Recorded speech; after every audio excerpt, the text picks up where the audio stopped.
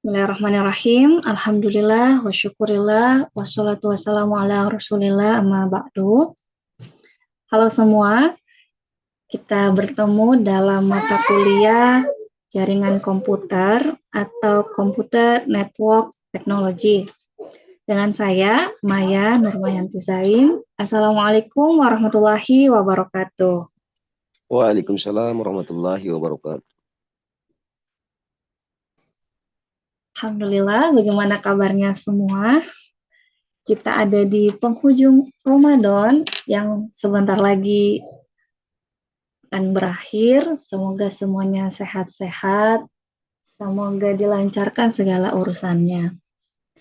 Adapun untuk perkuliahan, ini adalah materi pengantar sebelum kita akan lanjut di materi berikutnya yang lebih kompleks ya.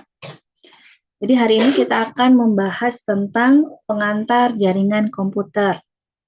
Kita akan bahas tentang paling dasar, definisi, kita bahas juga tentang ruang lingkup, dan mungkin beberapa komponen dari jaringan komputer itu sendiri.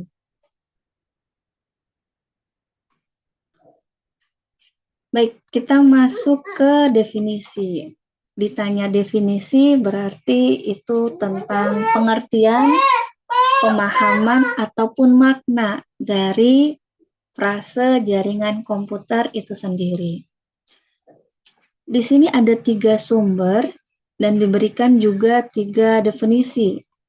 Definisi yang pertama, jaringan komputer adalah suatu sistem yang terdiri dari 2 atau lebih perangkat komputasi yang saling terhubung melalui media komunikasi tertentu dengan tujuan untuk berbagi data, sumber daya, dan layanan secara terkoordinasi.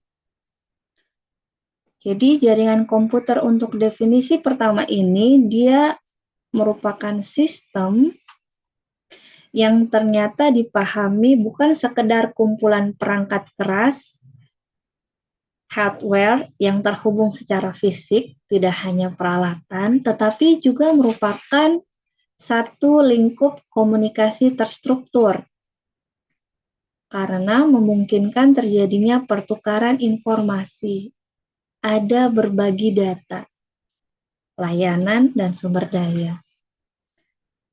Dan ini dilakukan oleh sistem yang terkontrol. Jadi, jaringan komputer di sini dia menyediakan mekanisme standar. Ada protokolnya, ada softnya, agar perangkat dengan karakteristik yang berbeda-beda itu bisa dapat saling berinteraksi baik dalam lingkup lokal maupun global. Jadi di definisi pertama ini kita pahami bahwa jaringan komputer terletak pada kemampuan untuk mendukung. Dia adalah fasilitator utama untuk proses komunikasi data. Contoh, komputer, server, router, maupun perangkat bergerak yang lainnya yang merupakan entitas yang otonom atau sebenarnya memiliki fungsi yang berdiri sendiri. Tapi dengan adanya jaringan komputer, dia menjadi perangkat yang saling terhubung. Sehingga sumber daya itu apa? Sumber daya itu misalkan file, image, gambar, video, email, ataupun aplikasi, printer, dan layanan apapun yang bersifat komputasi atau bersifat dilakukan di dalam proses komputer. Nah, ini yang dapat diakses secara bersamaan tanpa harus terikat pada satu perangkat tertentu. Inilah fungsi jaringan komputer tersebut. Bisa berbagi data, sumber daya, dan layanan. Itu definisi pertama dari Day, McDonald, dan Ruffy di tahun 2007. Masuk ke definisi kedua oleh Dordal di tahun 2018. Katanya jaringan komputer itu sekumpulan sistem komputasi yang independen, hampir sama. Di awal juga tadi disebut dia otonom, mandiri, independen, yang dihubungkan oleh suatu infrastruktur komunikasi, sehingga memungkinkan pertukaran paket data secara sistematis. Definisi ini, jaringan komputer dipahami sebagai mekanisme yang memungkinkan data direpresentasikan dalam bentuk paket. Jadi kalau tadi dia definisikan berbagi dalam 3 hal, data, sumber daya, dan layanan, di definisi 2 dia representasikan dalam bentuk paket data. Paket data ini dikirim melalui JARCOM atau jalur komunikasi dan diteruskan antar node menggunakan aturan protokol tertentu. Nanti kita juga akan belajar tentang protokol dan layernya ya. Jadi pada jaringan komputer di sini dia mendefinisikannya bagaimana paket data ini dikemas, kemudian dialamatkan, dikirim, dan diterima secara sistematis dan andal. Itu dari definisi yang kedua. Masih ada definisi yang ketiga, yaitu sistem komunikasi data yang memungkinkan pertukaran informasi antar perangkat melalui seperangkat protokol dan media transmisi yang terstandarisasi. Dari Stelling tahun 2007. Nah, definisi ini dia lebih menekankan ke bagian dari sistem komunikasi yang lebih luas ya, karena dia ambil media transmisi, di mana datanya diperlakukan sebagai sinyal pertukaran informasi yang harus dikodekan, ditransmisikan, dan didekode kembali agar dapat diterima oleh si penerima. Jadi dengan demikian, jaringan komputer dia definisikan sebagai integrasi antara teknologi komunikasi dan teknologi komputasi. Ternyata di definisi ketiga ini kita jadi paham kalau ternyata jaringan komputer juga termasuk media transmisinya. Juga termasuk standarisasi dari perangkat protokolnya. Karenanya, jaringan komputer punya karakteristik yang sistemik, artinya dia tersistem. Dia terdiri dari komponen-komponen yang saling bergantung. Misalkan dari komponen perangkat kerasnya, hardware-nya, dari perangkat lunaknya, software-nya, ada protokolnya, dan otoritas keamanan atau kebijakan manajemennya. Dan kalau dibilang ini adalah komputer, maka setiap komponen tersebut nggak bisa berfungsi secara optimal kalau hanya berdiri sendiri. Makanya dibilang saling bergantung dan saling terhubung. Sehingga keberhasilan dari pertukaran informasi atau penerimaan paket data tadi atau berbagi data, layanan, juga sumber daya tadi, itu ditentukan oleh keselarasan antara aspek fisiknya, infrastrukturnya, logisnya, atau proses komputasinya, dan terakhir proseduralnya. Nah, kira-kira untuk definisi seperti itu. Terus jaringan komputer itu tentang apa saja? Nah, kita masuk ke ruang lingkup. Ruang lingkup berarti ketika kita berbicara tentang jaringan komputer, maka yang terhubung dengan jaringan komputer itulah ruang lingkupnya, bahasannya, cakupannya. Untuk jaringan komputer sendiri, ruang lingkupnya berada di semua aspek hal-hal yang berhubungan dengan proses komunikasi data antar perangkat komputasi. Jadi apapun yang berhubungan dengan komunikasi data antar perangkat komputasi, mulai dari infrastruktur fisiknya, mekanisme, caranya, bagaimana pertukaran informasi tersebut, proses logisnya, hingga pengelolaan layanan dan keamanan sistemnya. Itulah jaringan komputer. Jadi, jaringan komputer bukan hanya tentang perangkat yang saling terhubung, bukan hanya tentang perangkat fisik yang kita hubungkan, tapi dia merupakan sistem yang terpadu,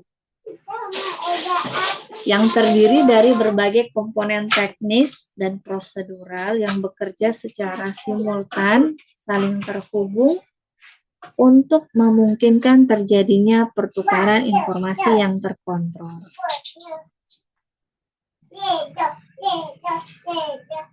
Jadi, jaringan komputer juga berfungsi sebagai fondasi utama yang memungkinkan integrasi data. Selain itu, bisa juga distribusi aplikasi, penggunaan perangkat bersama, serta kolaborasi antar pengguna dalam suatu organisasi ataupun lintas organisasi tertentu. Jadi dia sifatnya multidimensional.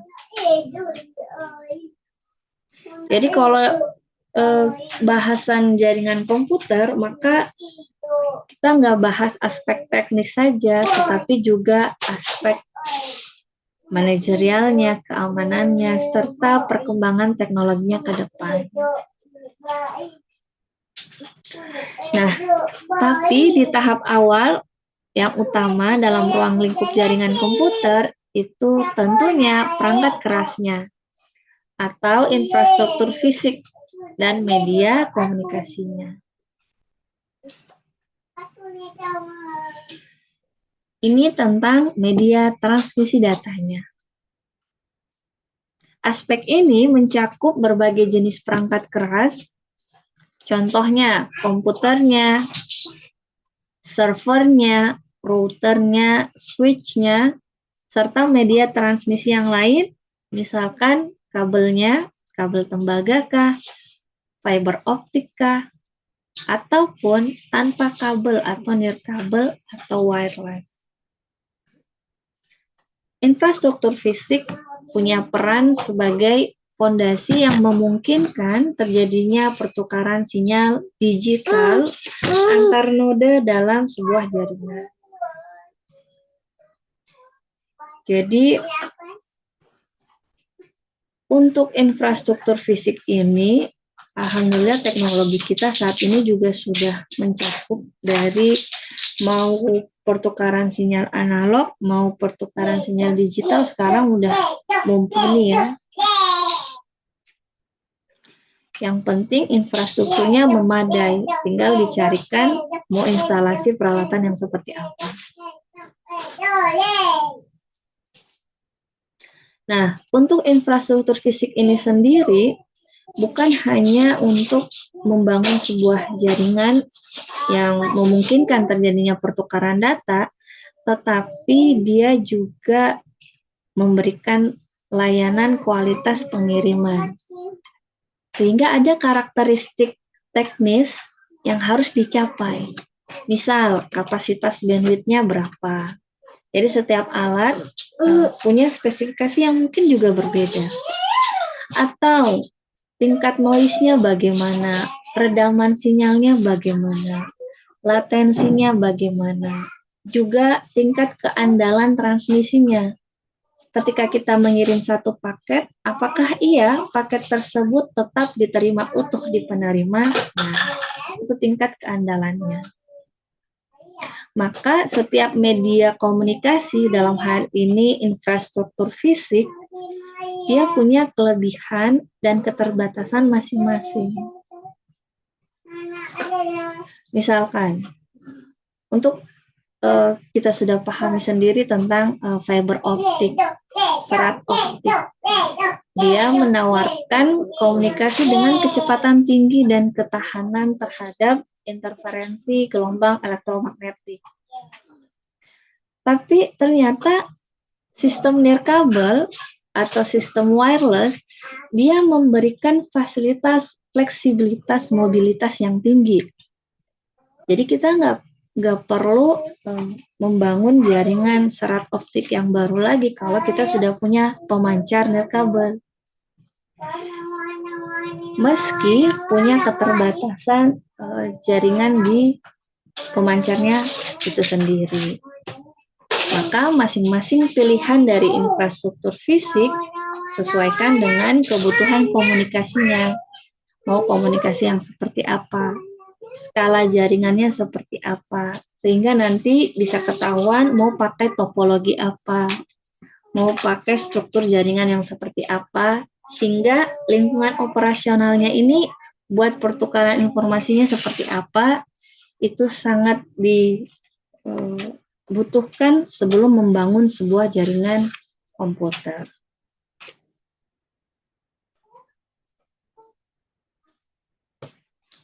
Nah, ketika yang pertama adalah infrastruktur fisik dan media transmisi, ruang lingkup yang kedua ada arsitektur protokol dan mekanisme komunikasinya. Gimana caranya pertukaran informasi itu berlangsung. Itu juga bagian dari ruang lingkup jaringan komputer. Arsitektur protokol berarti seperangkat aturan, ada aturannya, ada prosedurnya.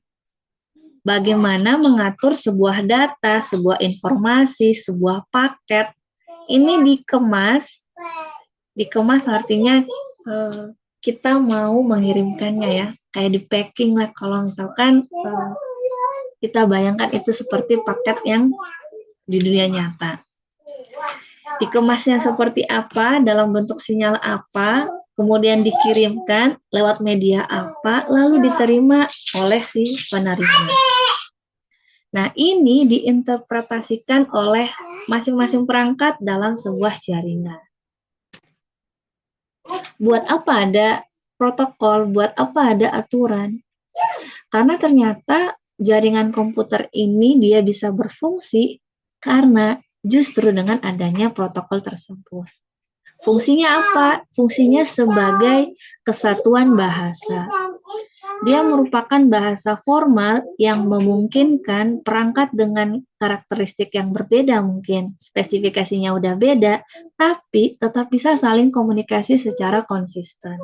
Karena protokolnya sama, bahasa prosedurnya sama, jadi masih bisa connect.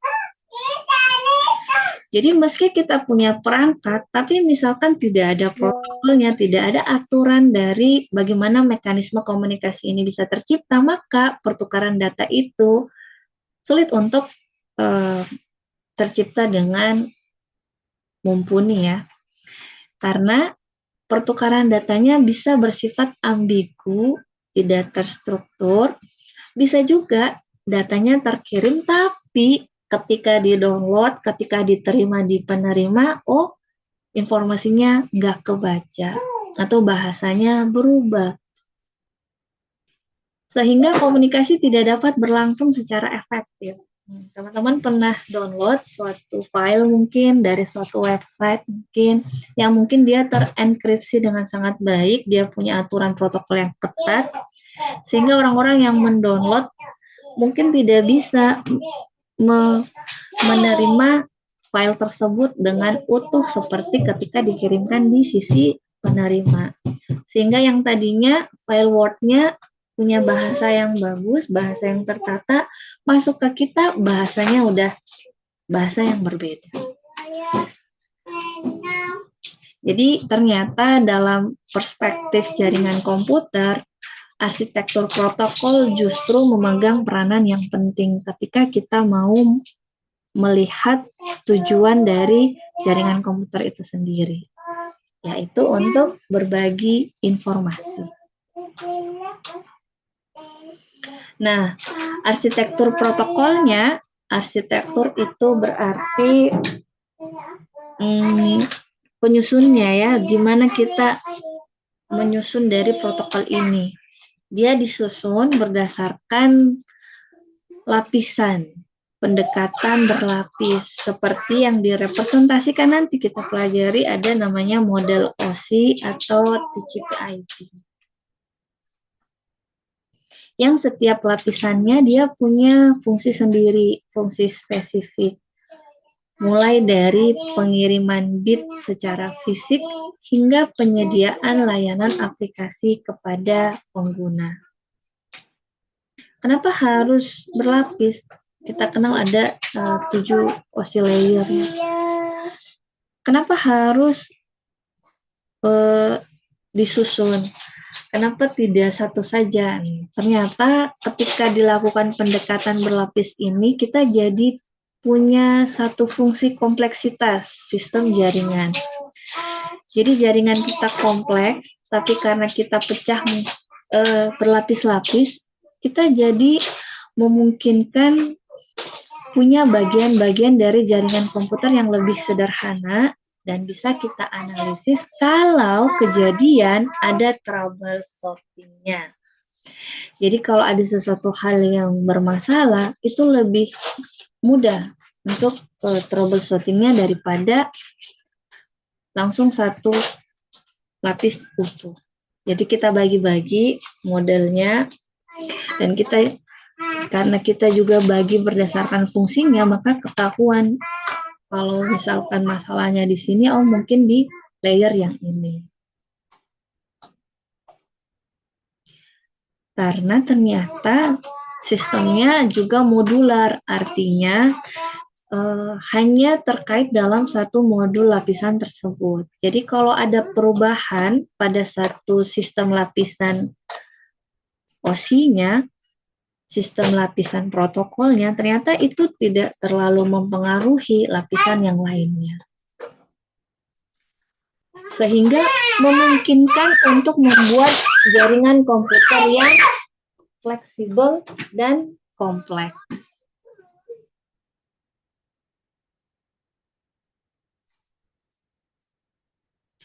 Nah, selain itu, arsitektur protokol ini didukung oleh mekanisme komunikasi data yang andal. Seperti apa contohnya? Seperti addressing atau pengalamatan atau IP-nya, kemudian routing-nya, ada flow control-nya, ada error control-nya, dan ada congestion control-nya. Ini mekanisme komunikasi. Artinya, arsitektur protokol ini dia punya jaminan bahwa data kita, informasi kita dapat dikirim dari sumber pengirim ke tujuan secara akurat dan efisien.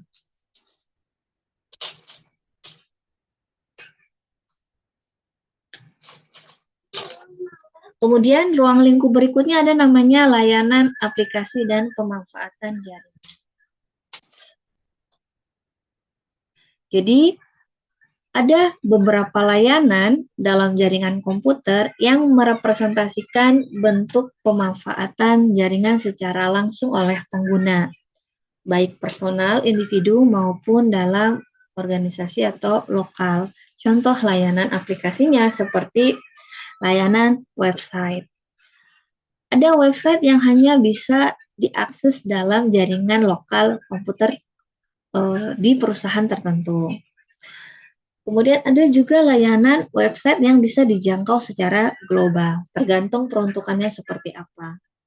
Kemudian email, jadi setiap karyawan mungkin punya email khusus perusahaan. Nah, itu layanan aplikasi. Atau mungkin file sharing, drive-nya mungkin ya, atau bisa masuk ke cloud-nya, bisa menyimpan file-file, mengakses file-file secara bersamaan. Atau mungkin video conference, punya jalur. Sekarang sudah banyak, tidak hanya Zoom, ada juga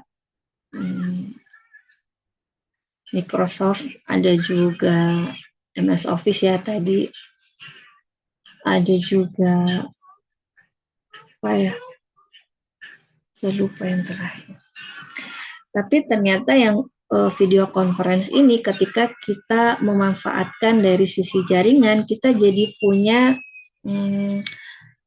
kekhususan bahwa karyawan kita di perusahaan ini, di jaringan ini, dia bisa memanfaatkan aplikasi tersebut. Jadi, memungkinkan interaksi digital antar user, antar pengguna dalam jaringan tersebut secara real time. Kemudian ada ruang lingkup berikutnya, manajemen dan keamanan jaringan. Ini juga isu yang sangat penting dalam ruang lingkup jaringan komputer ya,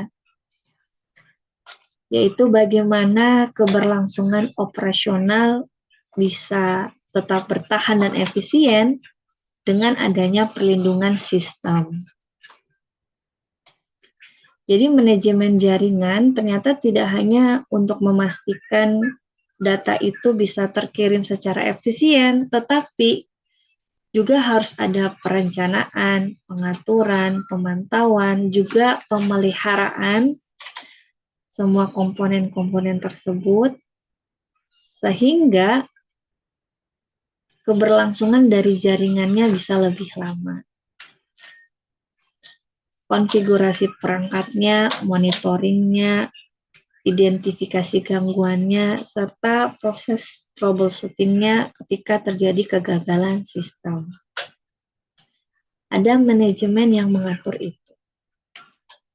Ada bidang dalam satu perusahaan, misalkan dalam IT biasanya ya, yang mengontrol komponen jaringan agar tetap bisa dipakai. Di sisi lain, ada manajemen jaringan, ada juga namanya manajemen keamanan jaringan. Gimana agar data yang kita kirim, sumber daya kita, sumber daya itu file ya, kayak tadi, bisa file, bisa image, bisa video, email, dan sebagainya, itu bisa aman dari ancaman internal maupun eksternal. Ancaman ini apa? Ancaman ini maksudnya ada akses yang tidak sah. Sebenarnya dia nggak bisa lihat, tapi dia bisa lihat. Ada pencurian data, ada serangan malware, ada hacking, ada virus. Sehingga ruang lingkup jaringan komputer juga mencakup penerapan mekanisme keamanan. Contoh mekanisme keamanan apa? Ada firewall, ada enkripsi, ada autentifikasi, serta sistem deteksi intrusi. Buat apa? Buat menjamin kerahasiaan, keutuhan, dan ketersediaan informasi dalam jaringan tersebut. Jadi nggak bocor kemana-mana ya, nggak gampang di-hack. Oke, kita sampai di sini. Nanti untuk klasifikasi jaringan dan strukturnya kita bahas pekan depan insya Allah. Kita masih punya waktu 10 menit. Semoga kita bisa cerita-cerita ya. Saya mau ke Pak Arif. Pak Arif Erwin, apa kabar? Sehat? Lapang untuk open mic? Ya, Bu. Lapang, Alhamdulillah. Pak Arif Erwin boleh disampaikan definisi jaringan komputer. Satu saja.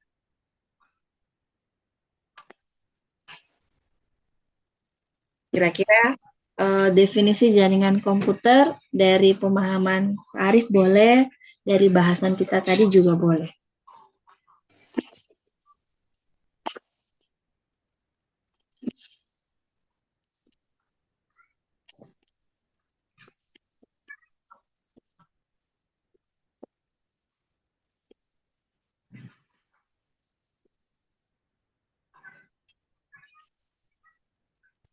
Jaringan komputer adalah Mhm. sistem yang menghubungkan dua atau lebih perangkat Mhm. komputasi.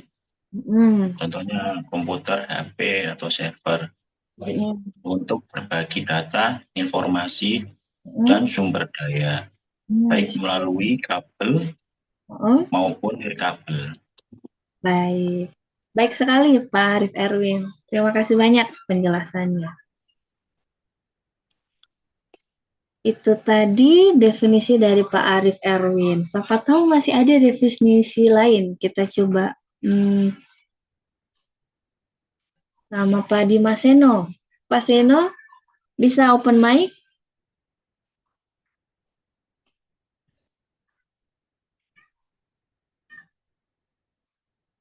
Apakah ada? Atau masih di lapangan mungkin ya? Kalau Pak Seno lagi tidak monitor, kita coba ke Pak Hartanto. Pak Hartanto boleh Ya, definisi Bu. lain, definisi selain yang disampaikan oleh Pak Arif Erwin tadi tentang jaringan komputer. Ya, Bu.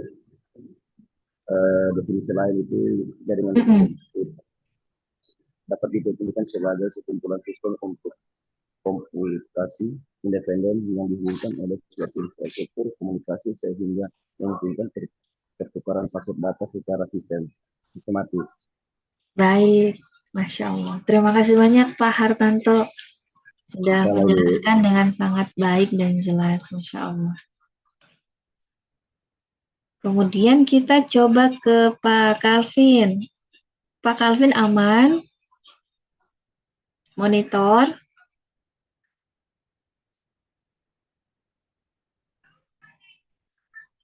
bisa open mic.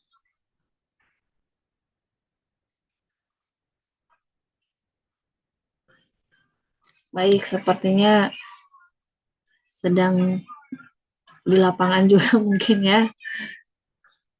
Kita ke Pak Nur Effendi. Pak Nur Effendi aman?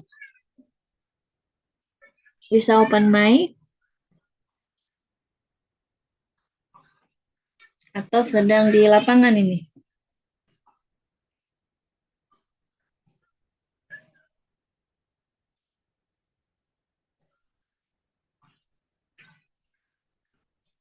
Baik, sepertinya Pak Nur Effendi juga sedang AFK mungkin ya, away from keyboard. Kita coba ke Pak Yusran. Pak Yusran, adakah?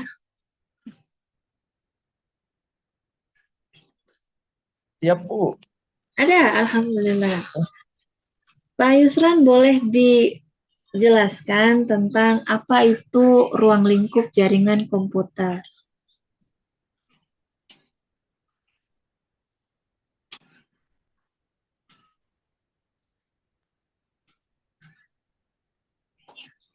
Ruang lingkup jaringan komputer. Mm-mm. Eh, ya. Apa ini? Definisi jaringan komputer Mhm. adalah sekumpulan dua atau lebih perangkat komputer, Mhm. phone atau server atau printer yang terhubung lewat media fisik, kabel atau nirkabel, wifi, Mhm. ataupun seluler, sehingga mereka bisa saling bertukar data dan berbagi sumber daya, Iya. file, koneksi internet, printer, aplikasi. Intinya, jaringan dibikin perangkat untuk berkomunikasi dan berkolaborasi. Baik. Yang disampaikan Pak Ucan ini definisinya. Kalau ruang lingkupnya itu menggambarkan apa?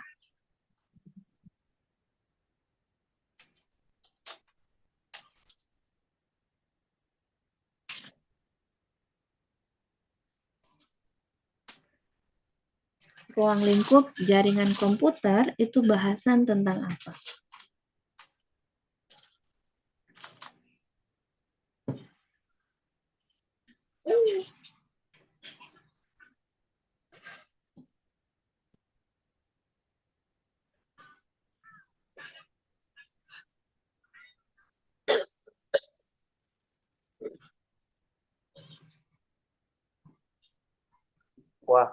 nggak dapat saya. Oh, baik. Soalnya nanti terakhir 5 menit terakhir tadi. Baik, terima kasih Pak Yusran. Jadi, ruang lingkup berarti bahasan apa saja yang ada di dalam jaringan komputer.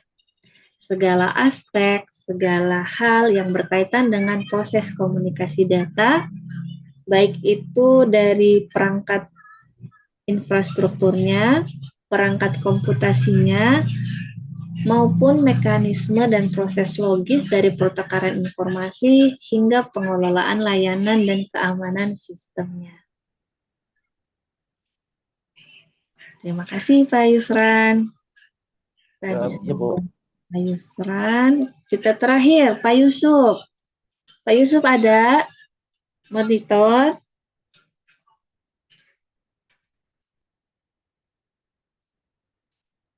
Ada? Enggak? Enggak ada Pak Yusuf? Nah, sepertinya AFK juga Pak Yusufnya. Baik, Masya Allah. Baik, kalau begitu, Alhamdulillah kita cukupkan perkuliahan kita pada siang hari ini. Ini hari terakhir sebelum cuti dan libur. Mulai besok sudah mulai libur. Semoga semuanya sehat-sehat dalam lindungan Allah dan bisa berkumpul bersama keluarga ya. Lebih dan kurangnya saya mohon maaf. Wassalamualaikum warahmatullahi wabarakatuh. Waalaikumsalam warahmatullahi wabarakatuh. Waalaikumsalam. Terima kasih semuanya. Terima kasih, Bu.